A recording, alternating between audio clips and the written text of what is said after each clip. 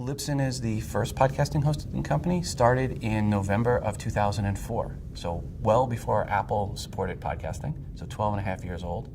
We're the largest podcast hosting company. Last year we had 4.6 billion downloads. And of those downloads, about 70% roughly were to iTunes and Apple Core Media. And according to what we know, that's over 25% of all the downloads that went through iTunes came through our servers globally.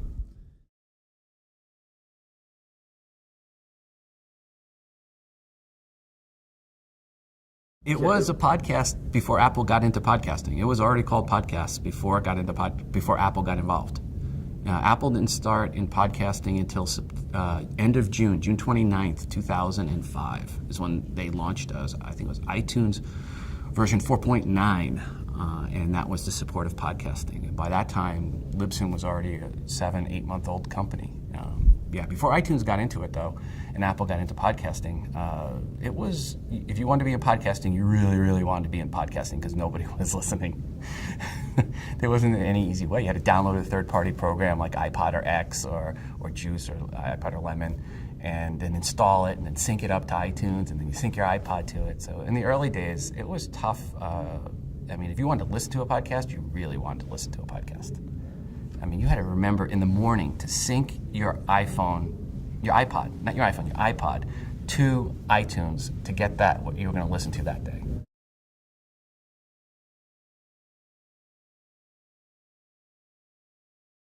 The iPods were around since 2001, so podcasting really started in 2004.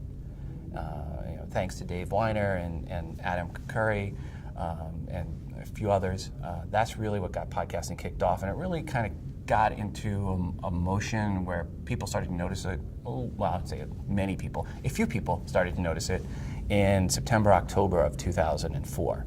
And again, Libsyn came around in November of 2004 as the first podcast hosting company.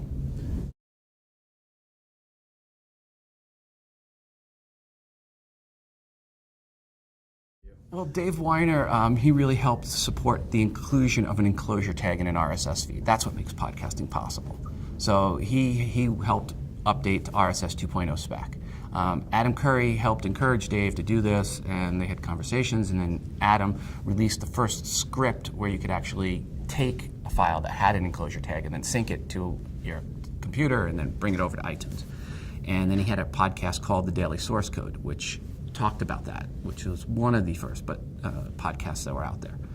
There was others out there. Leiden, which was the Berkman Center in Harvard. He had probably the first podcast series, which was in early, I think maybe 2003, early 2004, where he interviewed bloggers. And that was kind of really the first quote-unquote podcast where it was audio content being created. And then more podcasters came around in late August and then September and October, and then it kind of grew from there and then really blew up after Apple came in June of 2005.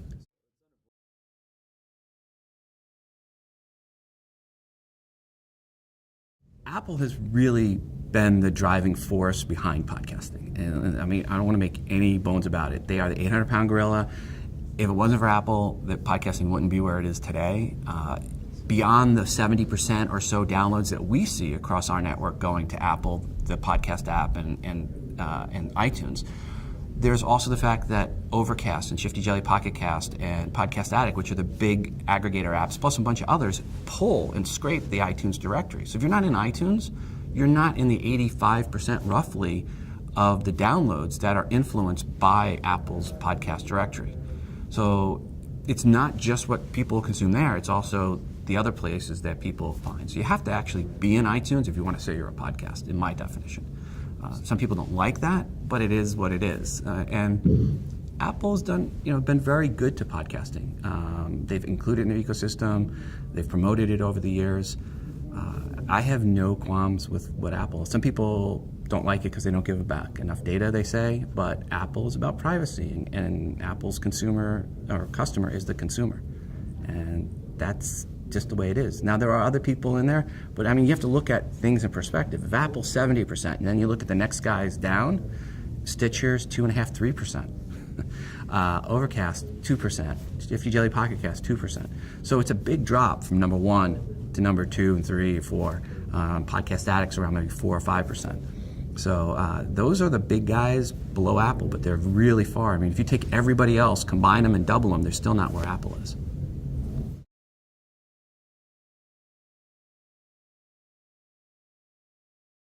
Well, I already know the episode because Joe hosts with us. So, I mean, a lot of people don't know who Libsyn is. So, I'll just say it stands for Liberated Syndication. Last year, we had over 25% of all the downloads that went through iTunes come through our service. So, chances are, if you downloaded 4 episodes last year, one of those came from our servers. And Joe's one of those. It wasn't. Every now and then Apple has a glitch, and that really was a glitch. There was nothing nefarious that was going on there. And it wasn't just Joe's show that slowed down at that point, it was everybody.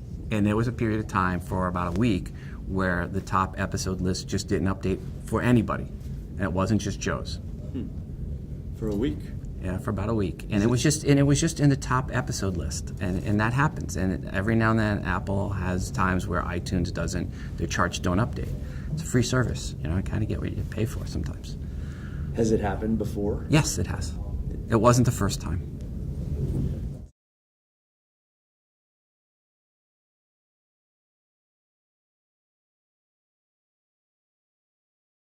The worst possible moment for that glitch to happen is when the person that's all about controversies goes on a show like Joe's.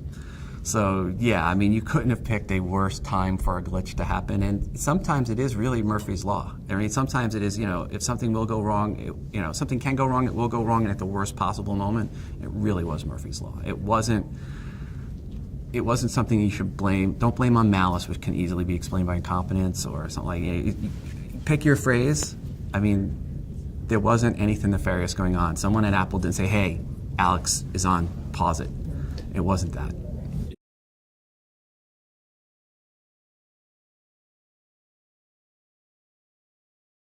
Well, here's the thing. It was only, it was a glitch around the top episode list. Right? Most podcast consumers don't even know there's a top episode list and don't even look at it. You know who looks at top episode list? Podcasters, to see where they're ranked. They look at it. They're obsessed with the stats. Podcast consumers almost never. You talk to how many people that you know that you could ask have actually ever went and looked in the top episode list in iTunes. They might look at the top show list, but they almost never look at the top episode list. So it's a list that almost nobody goes to. The average consumer would never even know it's there, doesn't look at it. As a matter of fact, most people, how they find podcasts? Word of mouth or the search. They go into iTunes and they search. They search for a podcast. They'll search for a topic. They'll go in and look for iPhone, and they'll see the podcast that show up on iPhone. And here's a podcast I want to subscribe to about iPhones. I want to learn more about the iPhone, or I just bought a new iPhone. I'm going to go in and search on or I bought an iPad. I'm going to search on iPad, see which podcasts come up. I want to learn about it. That's how people find things. That and word of mouth. So it was fun for them to have that. Actually, in retrospect, they probably had a lot more fun with it glitching at that point than they would have otherwise.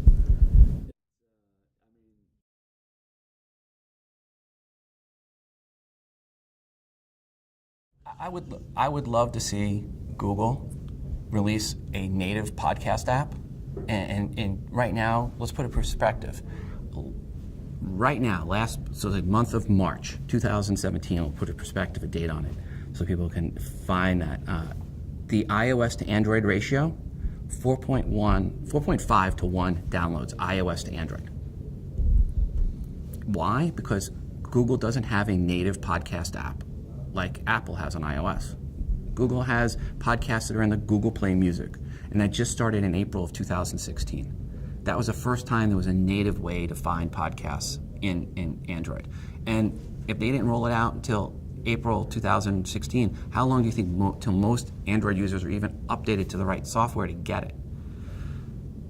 If people want there to be another platform, another place to consume, Google's the answer. Don't yell at Apple because Apple's been out there being benevolent and helping podcasts grow. Yell at Google because they haven't. If you want to look at somebody here, it's not Apple's fault they were successful. It's other people's fault because they haven't put out an equally successful, easy-to-use program that's native. So really, it's up to Google to take the ball and run with it now, because it really is, everything's mobile. 86% of downloads are to a mobile device at this point. And that ratio, again, is 4.5 to 1 iOS to Android. So until Google comes out with a native podcast app that's a standalone app right there in the Android, when people get their Android device, go, oh, what's this app? And can click on it and have a directory and find podcasts in there. Until then, Android's not going to catch up, and it's going to stay Apple. And third parties, whoever they are, aren't going to influence it because it's still a third party. People have to go install that. And most people, especially on the Android side, are lazy and don't install apps. They go with what's native.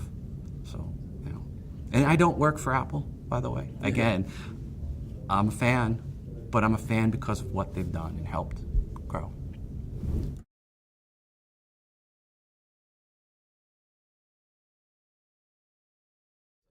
So, one of the biggest misconceptions I hear about podcasting, especially in the radio world, is what's the right length of an episode. And people think the right length is 30 minutes or longer, 20 minutes or longer. And they be, oh, this is what people's attention span is, and they base it on the wrong things. And we have data. So we have hard data. So forget surveys and what people think. Let's just look at hard data. And I looked at, in January, all the episodes that were downloaded, measured them at the end of February, that had at least 100,000 downloads or more. And this was a few hundred shows. And I looked at this, and 84% were 51 minutes or longer. Only 9.9% were 30 minutes or less. Matter of fact, 12.2% were 2 hours or longer. So there were more episodes that were 2 hours and longer than were 30 minutes or less. People like longer form content because what they like to do is hit play in the kitchen, get out, walk out to their car, get in their car, and drive to work. And they don't want to be messing around while they're driving trying to find another episode or anything else. And then they get there, they can hit pause, go into work, come out, hit play, and continue where they left off. People like longer form content. And I think that's a misconception. People, every time I read an article talking about 30-minute or less, that's where you need to be. It's so wrong because that's not what the consumption data shows. The consumption data shows people like long-form content. I mean, Dan Carlin, Hardcore History, one of the biggest shows out there. Over 5 million downloads. Last episode, over 1 million within 24 hours of release. It was almost 6-hour-long episode. People like long-form content. Don't think because some survey told you people's attention span is 20 minutes, that's what works in podcasting, because it doesn't.